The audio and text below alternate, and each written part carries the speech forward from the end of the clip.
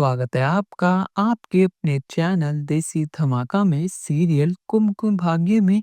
अब यहाँ पर प्रार्थना ने सबके सामने और खासकर शिवांश के सामने बुआ माँ की सच्चाई खोल कर रख दी है।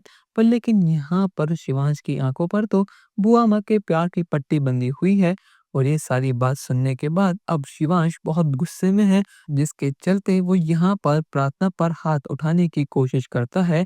और यहाँ पर ये सब चीज़ें देखकर प्रार्थना भी बहुत डर जाती है। पर लेकिन यहाँ पर प्रार्थना ने फैसला कर लिया है कि वो अब शांत नहीं होगी जब तक शिवांश को इस बात का यकीन नहीं होगा कि बुआ माँ का असली चेहरा क्या है। वो जब तक नहीं रुकने वाली, इसलिए वो कहती है कि शिवांश, आपको मुझे मारना है तो मार लीजिए, पर लेकिन सच्चाई यही है कि बुआ माँ एक चालबाज औरत है जो सिर्फ और सिर्फ आपका इस्तेमाल कर रही हैं। अब यहाँ पर शिवांश अपने आप को नहीं रोक पाता और प्रार्थना को मारने के लिए अपना हाथ उठा देता है। पर लेकिन यहाँ पर मिस्टर लूथरा उसका हाथ पकड़ लेते हैं और कहते हैं कि शिवांश, मुझे लगा था कि तुम एक इज्जतदार आदमी हो, बहुत समझदार आदमी हो। मुझे तुमसे बहुत उम्मीद थी, पर लेकिन आज तुमने मेरा दिल तोड़ दिया। आज जो तुमने मेरी आंखों के सामने करा है, उसके बाद तुम्हारी सारी इज्जत मिट मिट चुकी है। और अगर तुमने प्रार्थना को हाथ भी लगाया तो मुझसे बुरा और कोई नहीं होगा।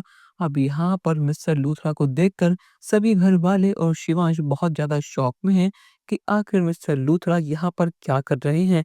और हम सबको पता है कि शिवांश मिस्टर लूथरा की बहुत ज़्यादा इज्जत करता है।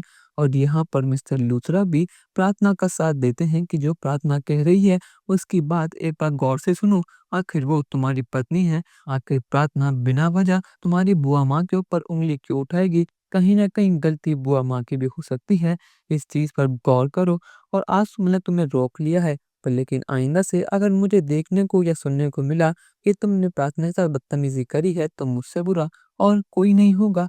पर लेकिन दोस्तों, क्या यहाँ पर शिवांश को यकीन हो पाएगा कि यहाँ पर बुआ माँ की सच्चाई सबके सामने आ जाएगी या फिर नहीं? अपनी राय हमें कमेंट सेक्शन में ज़रूर बताइएगा। और चैनल को अब तक नहीं चाहे सब्सक्राइब तो कर लीजिए। धन्यवाद।